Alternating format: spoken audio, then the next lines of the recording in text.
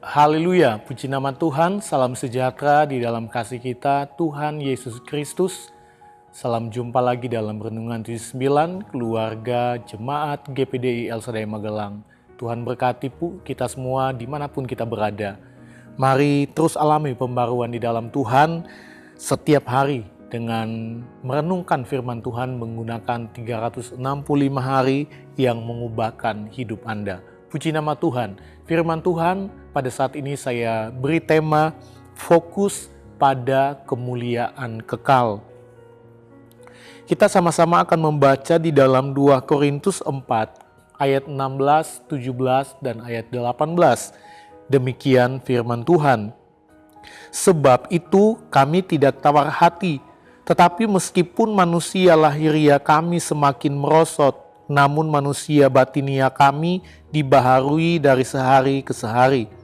Sebab penderitaan ringan yang sekarang ini mengerjakan bagi kami kemuliaan kekal yang melebihi segala-galanya, jauh lebih besar daripada penderitaan kami, sebab kami tidak memperhatikan yang kelihatan, melainkan yang tak kelihatan.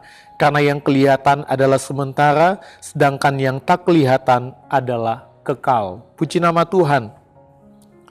Kalau kita mengobservasi siapa saja yang terlibat di dalam surat ini, yaitu surat 2 Korintus, ya masih sama. Rasul Paulus sebagai penulis surat ini dan jemaat di Korintus sebagai penerima dari surat Korintus.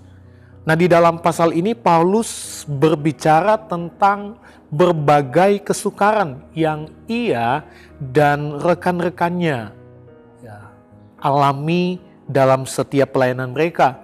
Namun mereka tidak putus asa, mereka tidak tawar hati. Karena kekuatan mereka berasal dari Tuhan.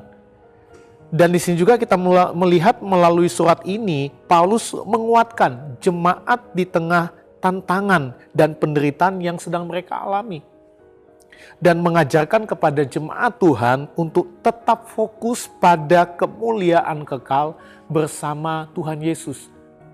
Jadi dalam keadaan apapun, dalam kondisi yang sangat sulit, dalam penderitaan yang dialami oleh jemaat, Paulus mengajar mereka, mendorong mereka untuk tetap fokus kepada kemuliaan yang kekal.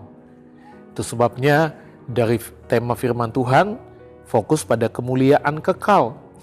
Nah, kita masuk di dalam interpretasi, ya kita akan melihat beberapa makna dari ayat-ayat yang sudah kita baca pada saat ini, yaitu dengan tema tetap fokus pada kemuliaan kekal.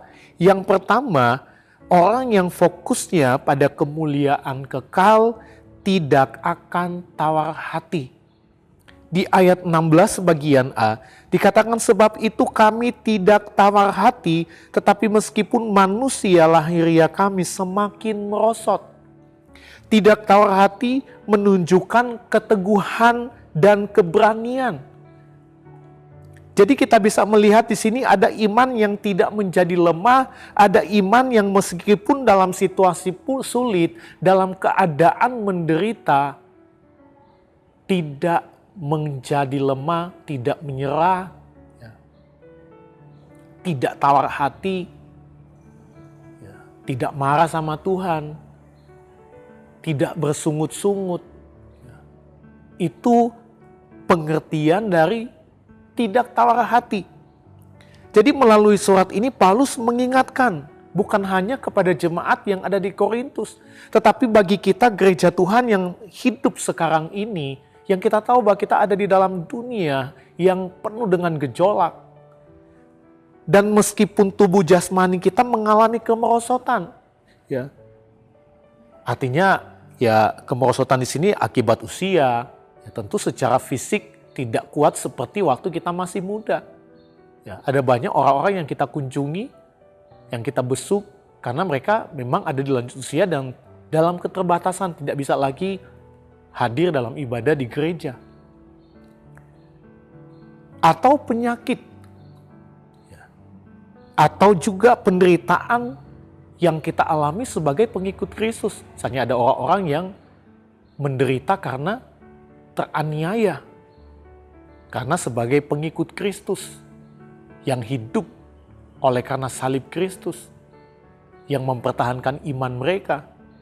Dan ini yang dimaksud oleh Paulus, meskipun tubuh jasmani kita mengalami kemerosotan, kita tidak boleh tawar hati dengan hal-hal yang terjadi dalam hidup kita. Kita nggak boleh menjadi lemah, tetapi kita didorong untuk tetap kuat, tetap teguh di dalam Tuhan. Di dalam Amsal 24 ayat 10, firman Tuhan bilang, jika engkau tawar hati pada masa kesesakan, kecillah kekuatanmu. Di dalam bahasa Indonesia masa kini, jika engkau putus asa dalam keadaan gawat, maka engkau orang yang lemah. Jadi orang yang lemah itu adalah orang yang jauh dari kemenangan.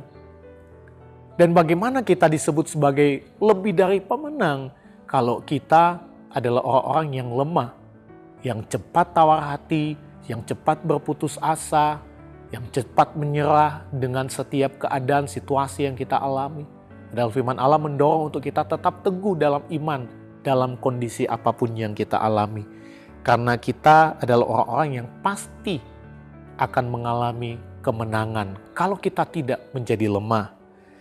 Makna yang kedua, orang yang fokus pada kemuliaan kekal akan diperbarui setiap hari.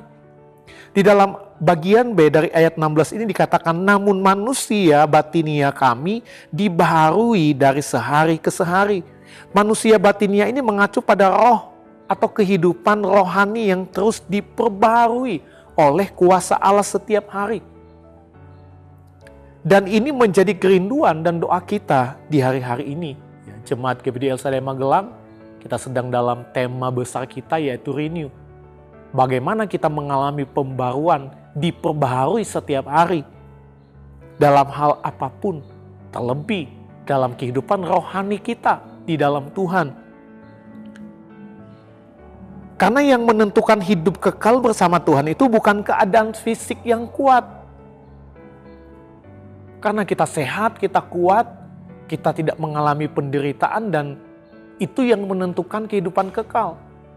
Kalau kita tidak diperbarui rohani kita setiap hari, dan kita ada dalam keadaan yang berdosa terus di hadapan Tuhan, tidak ada pertumbuhan iman rohani, ya tentunya dipertanyakan apakah kita akan menikmati kekekalan bersama dengan Tuhan dalam kemuliaannya. Tetapi dari kehidupan rohani yang terus diperbarui melalui hubungan kita dengan Tuhan, itu yang akan menentukan kekekalan kita dalam kemuliaan Tuhan. Itu sebabnya kita harus menjadi orang-orang yang diperbarui setiap hari. Rohani kita harus diperbarui setiap hari di dalam Tuhan. Alami renew itu dalam hidup kita. Yesaya 40 ayat 31 berkata, tetapi orang-orang yang menanti-nantikan Tuhan mendapat kekuatan baru. Mereka seumpama Raja Wali yang naik terbang dengan kekuatan sayapnya. Mereka berlari dan tidak menjadi lesu. Mereka berjalan dan tidak menjadi lelah.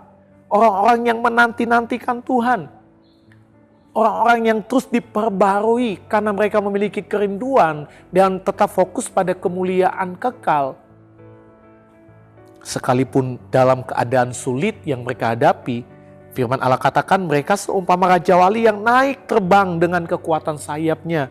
Mereka berlari dan tidak menjadi lesu. Mereka berjalan dan tidak menjadi lelah. Tidak tawar hati.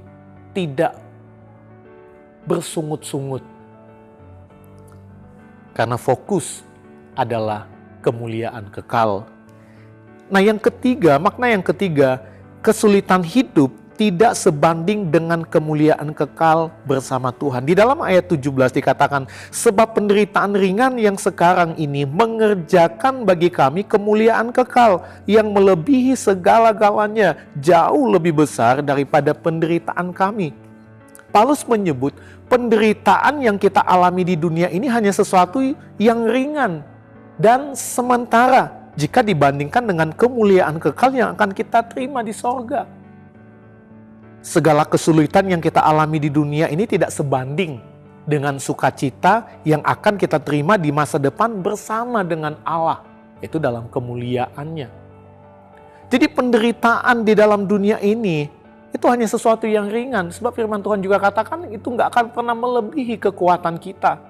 Pencobaan-pencobaan yang kita alami nggak akan pernah melebihi kekuatan kita. Dan Tuhan nggak akan mengizinkan itu melebihi kekuatan kita. Tuhan tahu sampai di mana kemampuan kita.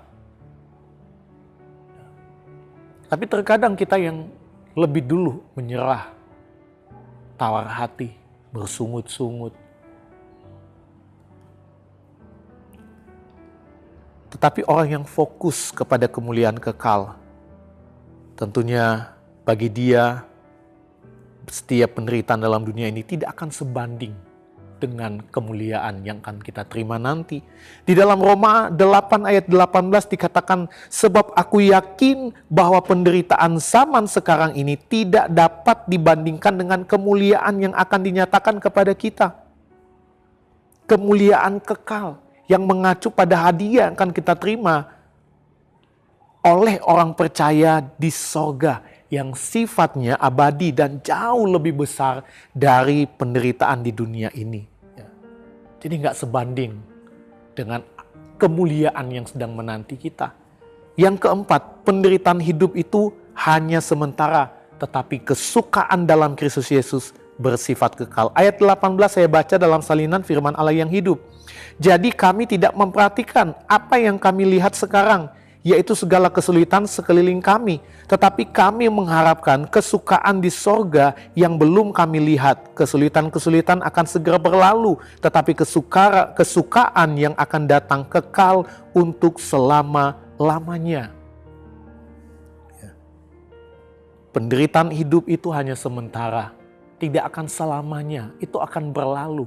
Sekalipun mungkin habis masalah ini, ada mungkin yang datang. Itulah kondisi hidup kita di dalam dunia ini sebagai anak-anak Tuhan. Tetapi itu akan berlalu, tidak sementara, enggak kekal.